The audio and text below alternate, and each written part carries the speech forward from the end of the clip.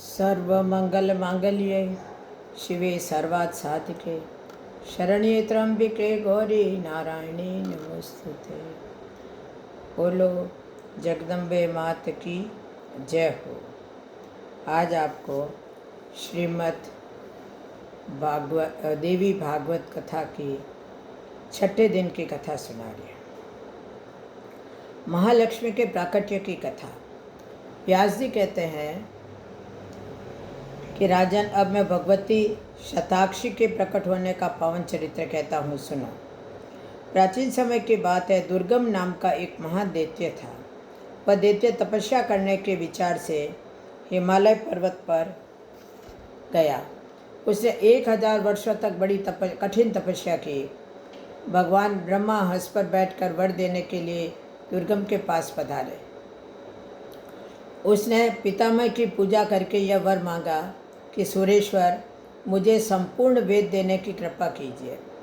महेश्वर, साथ ही मुझे बल दीजिए जिससे मैं देवताओं को परास्त कर सकूं। ब्राह्मणों को समस्त वेद विस्मृत हो गए। सारे भूमंडल में भीषण हाहाकार मच गया। फिर उस दैत्य ने बल से अमरावती नामक नगरी घेर ली गई। देवता उसके साथ युद्ध करने में असमर्थ होकर भाग चले। इस प्रकार भीषण अनिष्टप्रद समय उपस्थित होने पर कल्याण स्वरूपिणी भगवती जगदम्बा की उपासना करने के विचार से ब्राह्मण लोग हिमालय पर्वत पर गए। देवी के शरणापन्न होकर वे स्तुति करने लगे, महेशानी, घोर संकट उपस्थित है, तुम इससे हमारा उद्धार करो। व्यास जी कहते हैं, राजन, ब्राह्मणों और देवताओं का यह वचन सुनकर भगवती शिवा ने अनेक प्रकार के शाक और स्वादिष्ट फल अपने फल से उन्हें खाने के लिए दिए। राजन, उसी दिन से भगवती का नाम शाकंभरी भी पड़ गया। तत्पश्चात देवी के श्री विग्रह से बहुत सी उग्र शक्तियाँ प्रकट हुई। कालिका, तारिणी, बाला, त्रिपुरा, भैरवी, रम्मा, बगला, मातंगी, त्रिपुर सुंदरी, कामाक्षी, देवी तुलजा, जम्बिनो, मोहिनी, छिन्नमस्ता, गुहकाली और 10 सहस्त्र बाहुका आदि नाम वाली 32 शक्तियों के पश्चात 64 और फिर अनगिनत शक्तियाँ प्रादुर्भाव हुआ। उन शक्तियों ने दानवों की बहुत अधिक सेना नष्ट कर दी। सब सेनाध्यक्ष दुर्गम स्वयं शक्तियों के सामने उपस्थित होकर उनसे युद्ध करने लगा। अब भगवती जगदम्बा और दुर्गम, इन दोनों में भीषण युद्ध होने लगा। जगदम्बा के 5 बाण दुर्गम की छाती में जाकर घुस गए। फिर तो रुधिर वमन करता हुआ वह दैत्य भगवती परमेश्वरी के सामने प्राणों से हाथ धोकर गिर पड़ा। उसके शरीर से तेज निकला और भगवती के रूप में जाकर समा गया। व्यास जी कहते हैं, राजन, सच्चिदानंद स्वरूपिणी भगवती जगदम्बा के इस अध्याय का जो श्रवण करता है उसकी संपूर्ण कामना सिद्ध हो जाती है। सिद्धपीठ और शक्तियों की नामावली। व्यास जी कहते हैं, राजन, दक्ष प्रजापति ने घोर तप करके भामेश्वरी को प्रसन्न किया और उनके प्रकट होने पर दक्ष ने प्रार्थना की, देवी अम्बे, मेरे कुल में तुम्हारा अवतार होना चाहिए जिससे मैं कृतकृत्य हो जाऊं। महाराज, कुछ समय बीत जाने के पश्चात भगवती जगदम्बा की एक ज्योति ने दक्ष के घर अवतार धारण किया। पर ब्रह्म स्वरूपिणी भगवती जगदम्बा के सत्यांश होने से उन देवी का नाम सती रख दिया। सहमानुसार वे सती शिव की पत्नी बनी। राजन, देव के प्रभाव से प्रभावित होकर सती ने अपने शरीर को दक्ष के यज्ञ संबंधी प्रज्वलित अग्नि में भस्म कर दिया। जन्मेजय ने पूछा, मुने, किस प्रतिकूल कर्म के प्रभाव से दक्ष प्रजापति के यहाँ ऐसी दुर्घटना घटी? तो व्यास जी बोले, राजन, यह कथा बहुत प्राचीन है। एक समय की बात है, मुनिवर दुर्वासा भगवती जगदम्बा के पास गए। देवेश्वरी ने प्रसन्न होकर मुनि को अपने गले की पुष्पमाला प्रसाद स्वरूप दे दी। दिव्य पुष्पों के पराग से परिपूर्ण होने के कारण उस माला पर भ्रमर मंडराते हुए और गुनगुनाते थे। इसके बाद वे परम तपस्वी मुनि वहाँ से तुरंत निकले और आकाश मार्ग से होते हुए जहाँ सती के पिता दक्ष प्रजापति स्वयं विराजमान थे वहाँ जा पहुँचे। तब सती के पिता दक्ष ने मुनि से प्रार्थना की, यह माला मुझे देने की कृपा कीजिए। मुनि ने वह पुष्पहार दक्ष को दे दिया। तदनंतर अंतपुर में पति पत्नी के आनंद के लिए जो अत्यंत सुंदर शैया थी, उस पर उन्होंने उस माला को रख दिया और उसी शैया पर रात्रि के समय उन्होंने स्त्री समागम किया।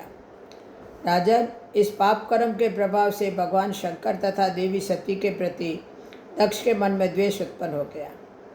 मनुजेंद्र, उसी अपराध का परिणाम यह हुआ कि सती ने सती धर्म को प्रदर्शित करने के विचार से दक्ष से उत्पन्न अपने शरीर को योगाग्नि द्वारा भस्म कर दिया। फिर वही ज्योति हिमालय के घर प्रकट हुई। व्यास जी कहते हैं, राजन सुनो, मैं अब देवी पीठों का परिचय देता हूँ, जिनके श्रवण मात्र से मनुष्य पापों से मुक्त हो सकता है। जिन जिन पीठों में सीधी चाहने वाले पुरुषों के द्वारा ध्यान होना चाहिए, उन स्थानों को मैं तत्वपूर्वक बताता हूँ। वाराणसी में गौरी का मुख गिरा था, अतः उस पीठ स्थान में रूप धारण करने वाली देवी का नाम विशालाक्षी है। निमिषारण्य क्षेत्र में विराजमान देवी लिंगधारिणी नाम से प्रसिद्ध हुई।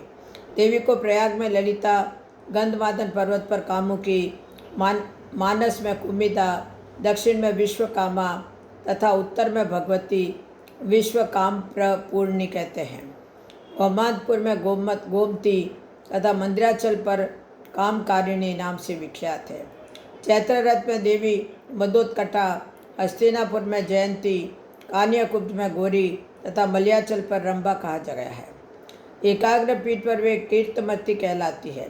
विश्वपीठ में वे विश्वेश्वरी तथा पुष्कर में पुरुहुता नाम से विख्यात हुई। केदार पीठ में सन्मार्गदायिनी, हिमवान पीठ में मंदा तथा गोकर्ण पीठ में भद्रकालिका नाम देवी के हुए। स्थानेश्वरी पीठ में भवानी, विल्वक पीठ में विल्व पत्रिका, श्री शैल पर माधवी तथा भद्रेश्वर पर भद्रा नाम से देवी प्रसिद्ध है। वराह पीठ में जय, कमलायल पीठ में कमला, रुद्रकोटि में रुद्राणी तथा कालंजर में ये काली कहलाती है। इन्हें शालिग्राम पीठ में महादेवी, शिवलिंग में जलप्रिया, महालिंग में कपिला, माकोट में मुक्तेश्वरी, मायापुरी में कुमारी, संतान पीठ में ललितांबिका, गया में मंगला तथा पुरुषोत्तम पीठ में विमला कहा गया है। शस्त्राक्ष में उपलाक्षी, हिरण्याक्ष में मपोत्पला, विशाखा में अमोघदाक्षी, पुंड्रवर्धन पीठ में पाडला, सुपार्श्व में नारायणी, चित्रकूट में रुद्र सुंदरी, विपुल क्षेत्र में विपुला, मलयाचल पर भगवती कल्याणी, सहस्त्रादि पर्वत पर एक वीरा, हरिश्चंद्र पीठ पर चंद्रिका, राम तीर्थ में रमणा, यमुना तीर्थ में मृगावती, कोटि तीर्थ में कोटवी, माधवन में सुगंधा, गोदावरी में त्रिसंध्या, गंगा द्वार में रतिप्रिया, शिवकुंड में शुभानंदा, देवका तटपीठ में नंदिनी, द्वारिका में रुक्मणी, वृंदावन में राधा, मथुरा में देवकी, पाताल में परमेश्वरी, चित्रकूट में सीता, विंध्याचल पर्वत पर विंध्यावासिनी, करवीर क्षेत्र में महालक्ष्मी, विनायक क्षेत्र में उमा, वैद्यनाथ धाम में आरोग्या, महाकाल पीठ में माहेश्वरी, उष्ण तीर्थ में अभया, विंध्या पर्वत पर नितंबा, मांडव्य पीठ में मांडवी तथा महेश्वरीपुरी में ये देवी स्वाहा नाम से विख्यात है। छगनलैंड में प्रचंडा, अमरकंटक में चंडिका, सोमेश्वर पीठ में वरारोहा, प्रभास क्षेत्र में पुष्करावती, सरस्वती तीर्थ में देव माता तथा तट नामक पीठ में पारावारा नाम से इनकी प्रसिद्धि हुई। महालय में महाभाग, पयोशनी में पिंगलेश्वरी, कृत सोच तीर्थ में सिंहिका, कार्तिक क्षेत्र में अतिशांकरी, व्रत तीर्थ में उत्पला, सुभद्रा एवं शोणा में संगम पर लोला, सिद्धवन में माता लक्ष्मी, भरताश्रम तीर्थ में अनंगा, जालंधर पर्वत पर विश्वमुखी, किष्किंधा पर्वत पर तारा, देवदारू वन में पुष्टि, कश्मीर प्रदेश में मेधा, हिमाद्री पर्वत पर देवी भीमा, विश्वेश्वर क्षेत्र में तुष्टि, कपाल मोचन तीर्थ में शुद्धि, कायावरोहण तीर्थ में माता, शंखोद्वार तीर्थ में धरा तथा पिंडारक तीर्थ में धृति नाम से ये प्रसिद्ध हुई। चंद्रभागा नदी के तट पर कला, अछोत नामक क्षेत्र में शिवधारिणी, वेणा नदी के किनारे अमृता, बद्रीवन में उर्वशी, उत्तर कुरु प्रदेश में औषधि, कुशद्वीप में कुशोदका, हेमकूट पर्वत पर मनमथा, कुमदवन में सत्यवादिनी, अश्वत्थ तीर्थ में वंदनिया, वैश्रवणालय क्षेत्र में निधि, वेद बदन तीर्थ में गायत्री, भगवान शिव के सन्निकट पार्वती, देवलोक में इंद्राणी, ब्रह्मलोक में सरस्वती, सूर्य के बिंब में प्रभा, मातृकाओं में वैष्णवी, सत्यों में अरुंधति तथा रामा प्रभुति अप्सराओं में तिलोत्मा नाम से देवी विख्यात हुई। संपूर्ण प्राणियों के चित्त में सदा विराजने वाली शक्ति को ब्रह्म कला कहते हैं। जन्मेजय से 108 सिद्धपीठ और वहाँ विराजने वाली उतनी देवियाँ कही गई। जो पुरुष इन 108 सिद्धपीठों का स्मरण एवं श्रवण करता है वह समस्त पापों से मुक्त होकर भगवती के परम धाम में चला जाता है। इन अखिल तीर्थों की यात्रा विधि के अनुसार करनी चाहिए। वहाँ जाकर पितरों का तर्पण और श्राद्ध करने के पश्चात भगवती की विशिष्ट पूजा विधि पूर्वक संपन्न करनी चाहिए। पूजन के उपरांत भगवती जगदम्बा के सामने बार बार अपराध क्षमा कराने का विधान है। जन्मेजय संपूर्ण ब्राह्मणों को भक्ष्य और भोज्य आदि पदार्थों से तृप्त करना चाहिए। राजन, सुवासिनी स्त्रियों, कुंवारी कन्याओं तथा ब्रह्मचारियों को भोजन कराना उचित है। प्रभु, इस क्षेत्र में रहने वाले जो चांडाल हैं उन्हें भी देवी का रूप कहा गया है, अतः उन सब की भी पूजा होनी चाहिए। उन सिद्ध पीठों में सभी प्रकार का दान ग्रहण निषिद्ध है। शक्ति के अनुपम मंत्र का अनुष्ठान होना चाहिए। जो पुरुष इस प्रकार श्री देवी के सिद्ध पीठों की प्रसन्नतापूर्वक यात्रा करता है उसके पितर 1000 कल्पों तथा श्रेष्ठ ब्रह्मलोक में निवास करते हैं। स्वयं वह भी आयु समाप्त होने पर देवी के लोक में स्थान पाता है। फिर उत्तम ज्ञान पाकर वह संसार सागर से मुक्त हो जाता है। इस अष्टोत्तर शतनाम के जप से बहुत से पुरुष सिद्धि पा चुके हैं। अब श्री जगदम्बिकाय नमः। श्रीमद् देवी भागवत पुराण अष्टम स्कंद शुरू होता है। अब है पहला वारा अवतार की कथा। जन्मेजय ने कहा, विप्रशे, अब मैं भगवती जगदम्बा की विशद कथा सुनाना चाहता हूँ। व्यास जी कहते हैं, राजन सुनना चाहता हूँ। व्यास जी कहते हैं, राजन सुनो, अब मैं भगवती जगदम्बा की श्रेष्ठ पूजा का प्रसंग कहता हूँ, जिसे करने अथवा सुनने मात्र से ही मनुष्य का कल्याण हो जाता है। ब्रह्मा जी के पुत्र स्वयंभू आदि मनु कहे जाते हैं। प्रतापी मनु की भार्या का नाम शतरूपा है। एक समय में स्वयंभू मनु अपने पुण्यात्मा पिता प्रजापति ब्रह्मा जी के पास भक्तिपूर्वक पधारे। तब ब्रह्मा जी ने उनसे कहा, बेटा, तुम्हें भगवती भुवनेश्वरी की उत्तम उपासना करनी चाहिए। तात इन्हीं के प्रसन्न होने पर तुम्हारी यह प्रजा सृष्टि सुचारू रूप से चल सकती है। वे तपस्या द्वारा जगत की रचना करने वाली देवी को संतुष्ट करने के प्रयत्न में लग गए। ब्रह्मपुत्र स्वयंभू मनु ने जब भगवती नारायण की स्तुति की तब वे प्रसन्न होकर उनके प्रति बोली, हे देवी। देवी ने कहा, राजेंद्र, मेरे कृपा प्रसाद से तुम्हारी प्रजा सृष्टि अवश्य संपन्न होगी और बिना किसी विघ्न बाधा से यह क्रमशः बढ़ती रहेगी। तदनंतर ब्रह्मा जी के पुत्र महान प्रतापी राजा स्वयंभू मनु ब्रह्मा जी के पास गए और बोले, पिताजी, आप मुझे कोई एकांत स्थान दीजिए जहाँ रहकर मैं प्रचुर राजा की सृष्टि कर सकूं। अपने पुत्र स्वयंभू मनु की बात सुनकर उन्होंने बहुत देर तक विचार किया। सोचा, यह सृष्टि करता रहा परंतु पृथ्वी ठहर नहीं सकी, इसे जल डुबाता रहता है। मेरा यह चिंतित कार्य तभी सफलतापूर्वक संपन्न हो सकता है जब वे आदि पुरुष भगवान मेरे सहायक बन जाए, जिनके आदेश से मैं इस प्रयत्न में लगा रहूं। इतने में ब्रह्मा जी की नासिका के अग्रभाग से एक छोटा सा वारा शिशु सहसा प्रकट हो गया। उसका प्रमाण केवल 1 अंगुल था। ब्रह्मा के सामने ही वह तुरंत विशाल हो गया। उसी समय पर्वत की तुलना करने वाले वारा रूपधारी भगवान श्री हरि गरज उठे। सर्वसमर्थ श्री वारा जल में प्रविष्ट हो गए। जलधर जीवों को इधर उधर हटाते हुए वे अगाध जल में चले गए। उस समय संपूर्ण प्राणियों को आश्रय देने वाली वह पृथ्वी जल के भीतर छिपी हुई थी।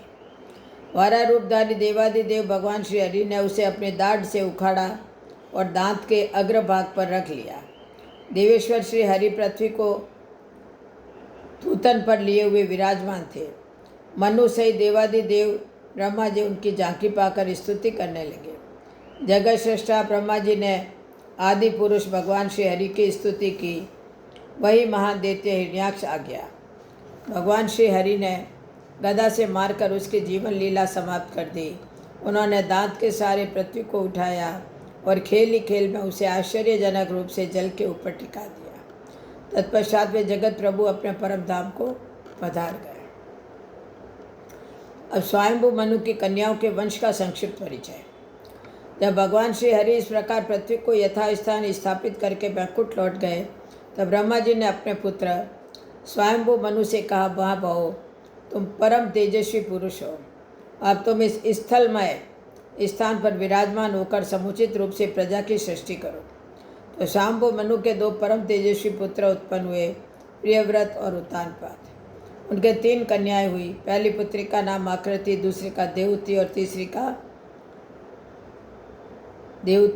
दूसरी देवती नाम से प्रसिद्ध हुई और तीसरी जगत को पवित्र करने वाली कन्या का नाम मनु ने प्रसूति रखा था। स्वयंभू मनु ने अपनी प्रथम कन्या आकृति को रुचि के साथ, द्वितीय कन्या देवती का कर्दम के साथ तथा तृतीय पुत्री प्रसूति का दक्ष प्रजापति के साथ विवाह कर दिया। इनकी सारी प्रजा जगत में विख्यात है। रुचि के यहाँ आकृति के गर्भ से आदि पुरुष भगवान प्रकट हुए। उनका नाम यज्ञ पुरुष हुआ।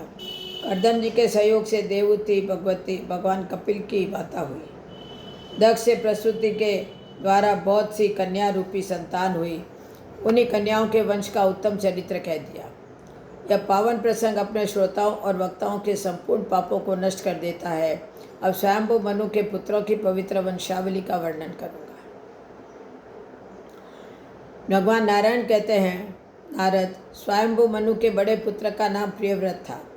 विश्वकर्मा नामक प्रजापति की सुंदर कन्या बहिष्मति के साथ प्रियव्रत का विवाह हुआ। प्रियव्रत ने बहिष्मति के गर्भ से 10 गुणवान पुत्र उत्पन्न किए। सबसे पीछे एक कन्या का जन्म हुआ जो ऊर्जस्वती नाम से विख्यात हुई। अब पुत्रों के नाम में अग्निंद्र, इद्मजिह्व, यज्ञबाहु, महावीर, रुक्म शुक्र, धृतपृष्ठ, सवन, वेदातिथि, अग्निहोत्र और कवि, इन नामों में से 10 पुत्र अग्नि कहलाते हैं। प्रियव्रत की एक दूसरी भार्या थी, उससे 3 पुत्रों को उत्पन्न किया।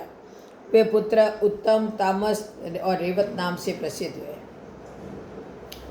यह महान प्रतापी पुत्र एक एक मनवंतर के अधिष्ठाता बनाए गए। अखिल भूमंडल पर महाराजा प्रियव्रत का शासन विद्यमान था। एक समय की बात है, जब सूर्य पृथ्वी के प्रथम भाग में उगे तब प्रकाश था और जब द्वितीय भाग में चले गए तब अंधकार हो गया। इस प्रकार की अड़चन को देखते ही प्रियव्रत के मन में विचार उत्पन्न हो गया। उन्होंने सोचा, मेरे शासन काल में पृथ्वी पर अंधकार नहीं रहना चाहिए। जो निश्चय करके स्वयंभू मनु के पुत्र महाराज प्रियव्रत ने सूर्य के समान तेजस्वी रथ पर बैठकर प्रकाश फैलाते हुए पृथ्वी की 7 प्रदक्षिणाएं की। प्रियव्रत के चक्कर लगाते समय उनके रथ के पहियों से जमीन में जो गड्ढे हो गए थे, वे ही जगत के कल्याणार्थ 7 समुद्र बन गए।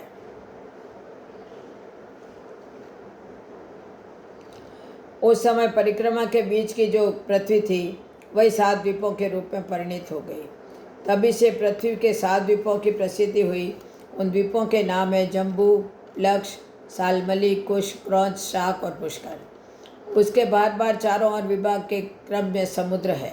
वे समुद्र क्षारोद, दधि मंडोद और शुद्धोद नाम से विख्यात है। तभी से भूमंडल पर इन 7 समुद्रों की प्रसिद्धि हुई है। महाराज प्रियव्रत ने अपनी कन्या ऊर्जस्वती का विवाह शुक्राचार्य के साथ कर दिया। शुक्राचार्य की कन्या देवयानी इस ऊर्जस्वती के गर्भ से उत्पन्न हुई थी। यह सभी जानते हैं कि महाराज प्रियव्रत ने अपने पुत्रों को 7 द्वीप बांट दिए और वे स्वयं योग मार्ग का आश्रय लेकर सन्यासी बन गए। अब गंगा जी के अवतरण की कथा। भगवान नारायण कहते हैं, देव ऋषि नारद, अब द्वीपों के वर्ष विभाजन का प्रसंग विस्तार पूर्वक सुनो। एक इलाव्रत नाम का वर्ष है जिसके चारों कोने बराबर है। इस कोने बराबर इलाव्रत को मध्य वर्ष कहते हैं। यह जम्बू द्वीप की नाभि के स्थान पर प्रतिष्ठित है। इलाव्रत वर्ष के कई नाम हैं। नील, श्वेत, श्रृंगवान, दूसरा सुवर्णमय वर्ष रम्यक वर्ष के नाम से प्रसिद्ध है। तीसरा कुरुष वर्ष है। उक्त पर्वत पर इन सभी वर्षों की सीमा व्यक्त करते हैं। हरिवर्ष, किम पुरुष और भारतवर्ष, इन 3 वर्षों का विभागानुसार यथार्थ वर्णन मिलता है। निषद, हेमकूट और हिमालय, ये 3 पर्वत इनकी सीमा है। केतुमाल और भद्राश्व वर्ष की सीमा माल्यवान एवं गंधमानंद पर्वत पर निर्भर है। भगवान नारायण कहते हैं,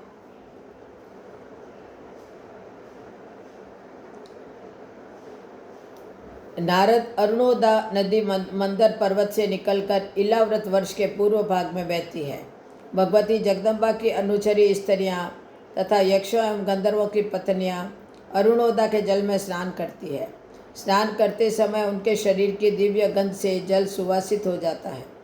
भगवान नारायण कहते हैं, नारद, सुमेरुगिरी के पूर्व में 2 पर्वत है। इन शेष पर्वतों के नाम है जठर और देवकूट। 2 पर्वत सुमेरुगिरी के पश्चिम में है।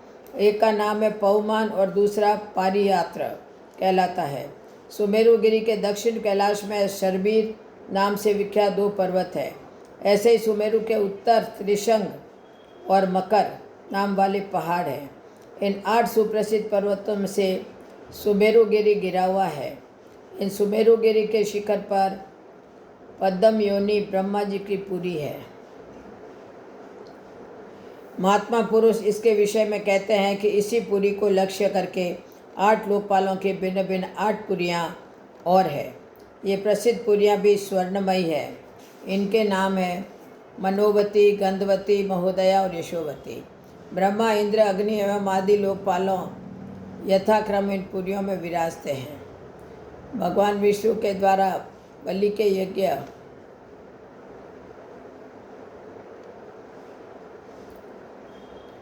यज्ञ के समय वामन अवतार धारण किया था। उनके बाएं पैर के अंगूठे से ब्रह्मांड में छेद हो गया। उसके मध्य भाग से गंगा प्रकट हुई। वह स्वर्ग के शिखर पर आकर रुक गई। समस्त संसार में यह गंगा साक्षात भगवतपदी कहलाती है। यह संपूर्ण दिव्य नदियों की स्वामिनी है। इनकी उपासना करने वाले पुरुष सिद्धि प्राप्त कर लेते हैं। इसलिए जटाजूट रखकर वे प्रतिदिन इस गंगा में स्नान करते हैं। तदनंतर वैकुंठ से चलकर असंख्य विमानों से भरे हुए देवयान पर होती हुई गंगा चंद्रमंडल में पहुंची। वहां से ब्रह्मलोक में आ गई। नारद ब्रह्मलोक में आने पर गंगा के 4 भाग हो गए और 4 नामों से प्रसिद्ध होकर वह 4 दिशाओं में चली गई। बहते बहते जाकर समुद्र में मिल जाती है। गंगा के 4 नाम हैं सीता, अलकनंदा, चक्षुक और भद्रा। संपूर्ण पापों को समन करने वाली सीता नाम से प्रसिद्ध गंगा ब्रह्मांड के उत्तर कर केसर नामक पर्वत के शिखर पर आई। वहाँ से गंधमादन के पर्वत शिखर पर गिरी। उसके बीच निकलकर भद्राश्य वर्ष की पूर्व दिशा में आ गई। उसके बाद देवताओं से सुपूजित होकर क्षीर सागर में मिल गई। तत्पश्चात चक्षुक नाम के से प्रसिद्ध दूसरी गंगा माल्यवान पर्वत के शिखर से निकली। अत्यंत वेग के साथ बहकर वह केतुमाल वर्ष में आ गई। वहाँ से इसका प्रवाह पश्चिम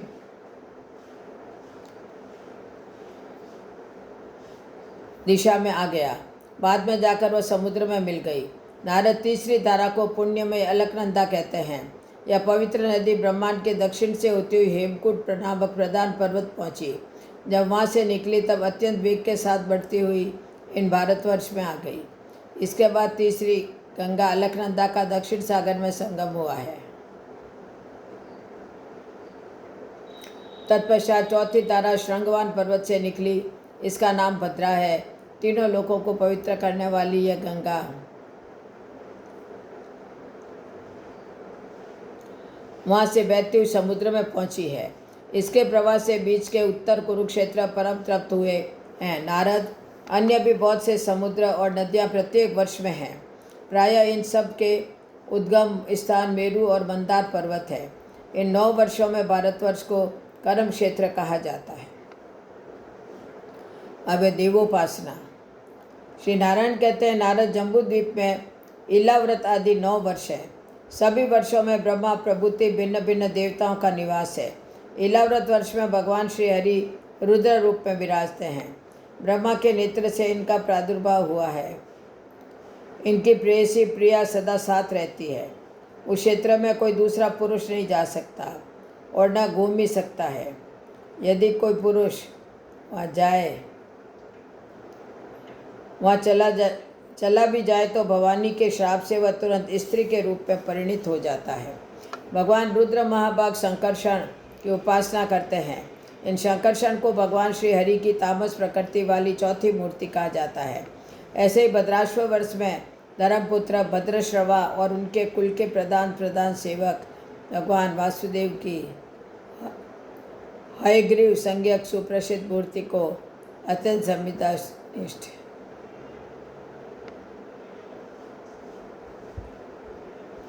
के द्वारा हृदय में धारण करके उनकी स्तुति करते हैं। श्री नारायण कहते हैं, नारद हरिवर्ष खंड में भगवान नरसिंह रूप में रहते हैं। पापों को नष्ट कर देना इनका स्वभाव ही है। भक्तों पर ये सदा कृपा करते हैं। महाभक्त प्रहलाद के हृदय में इनके प्रति अनन्य भक्ति है। वे इनके गुणों को भली भांति जानते हैं।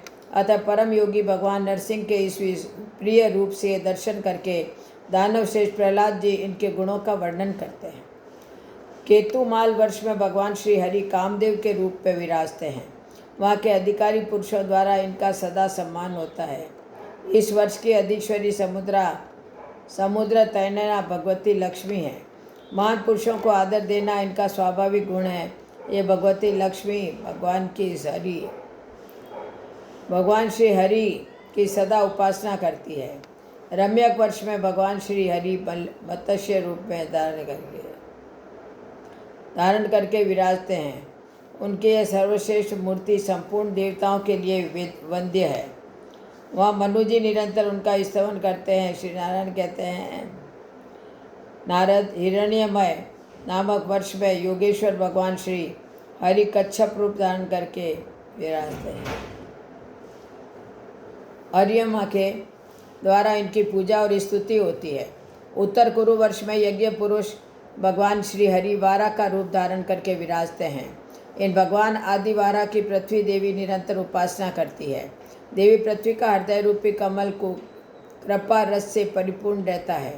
अतः वे परम भक्ति के साथ विधि पूर्वक दैत्यता उच्छेद करने वाले भगवान यज्ञ वारा की पूजा करके उनके गुणानुवाद का कीर्तन करती है। किम पुरुष वर्ष में चराचर जगत के शासक दशरथ नंदन भगवान श्री रामचंद्र जी विराजते हैं। भगवती सीता उनके साथ सुशोभित रहती है।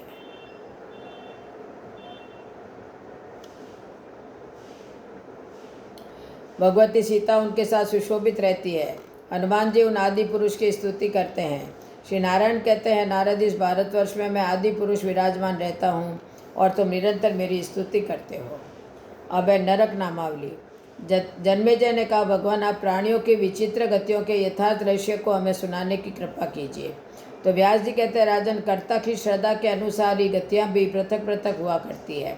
कर्ता में यदि सात्विक श्रद्धा हो तो कर्म के फलस्वरूप उसे सुखप्रद गति मिलती है। राजसी श्रद्धा के प्रभाव से कर्ता दुखी और मूर्ख बन बैठता है। भगवान की आज्ञा के अनुसार दंड विधान करना यमराज का प्रधान कर्तव्य है।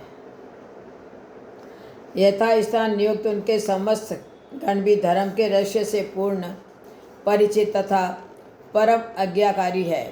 राजन, नरकों की संख्या 21 बताई गई है। कुछ लोग कहते हैं कि इनकी संख्या 28 है। मैं क्रमशः इनका वर्णन करता हूँ। तामिश्र, अंतामिश्र, रौरव, महारौरव, कुंभिपा, कालसूत्र, अस्सीपत्र, सुकरमुख, अंधकूप, कृमि भोजन, संदेश, तप्त सूर्मी, वज्रकंटक, शालमली, वेतरणी, पुयोद, प्राणरोध, भीषण, रक्षागुण, भोजन, शूलप्रोध, दंतशुक, अवटारोध, पर्यावर्तन और सूचीमुख। इस प्रकार के नाम वाले 28 नरकों को यातना भोगने का स्थान कहा जाता है। तो जन्मेजय ने कहा, सनातन मुने, जिनके फलस्वरूप नरकों की प्राप्ति अनिवार्य है, वे विविध कर्म कौन से हैं? इस प्रसंग को मैं सम्यक प्रकार से सुनना चाहता हूँ।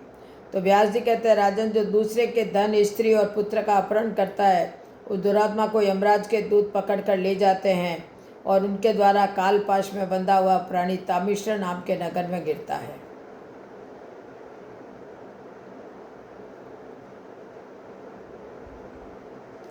यमदूत हाथ में रस्सी लेकर प्राणी को पीटते हैं। उसे वे जो पुरुष किसी स्त्री के पति को धोखे में डालकर स्वयं उसके साथ समागम करता है, उसको अंध तामिश्र नामक नरक में गिराते हैं।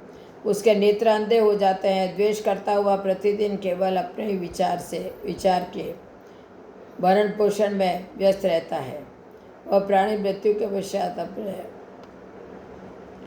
अशुभ कर्म के प्रभाव से रोरव नामक नगर में गिरता है। मांस खाने वाले रूरू नामक जानवर उस नार की जीवन के मांस पे बहुत बुरी तरह चोट पहुंचाते हैं। उग्र स्वभाव वाला मूर्ख एवं निर्दयी पुरुष को दूधकुंभी पाक नामक नरक में सदा सदा तेल खोलता रहता है, डालकर पकाते हैं। फिर पिता और ब्राह्मण से बैर करने वाला प्राणी कालसूत्र नामक नरक में स्थान पाता है। उसके भीतर भूख और प्यास की ज्वाला धधकती रहती है और बाहर से उसके शरीर को सूर्य एवं अग्नि का प्रचंड ताप जलाता रहता है। जो पाखंड का आश्रय लेता है उस पापी व्यक्ति को यमदूत 80 पत्र नामक नरक में डाल देते हैं। 80 पत्र में दोनों ओर तेज धारा बहती रहती है। संपूर्ण शरीर छिद्र जाने पर हाय में मारा गया वह भी चीख उठता है। और जो अधर्म पूर्वक शासन करता है तथा ब्राह्मण गौ भी शारीरिक दंड देता है, वह नरक का अधिकारी पापी व्यक्ति यमराज के दूतों द्वारा शुक्रमुख नाम के नरक में गिराया जाता है। यमदूत उसके अंगों को ईख की भांति कोल्हू में पेरते हैं। जो मनुष्य अन्य व्यक्तियों को कष्ट पहुंचाता है तो उसको कर्म के फलस्वरूप उसे अंधकूप नामक नरक में गिरना पड़ता है। जो कुछ भी भोज्य पदार्थ प्राप्त हो उसे पंच यज्ञ करके विभाजित करने से 50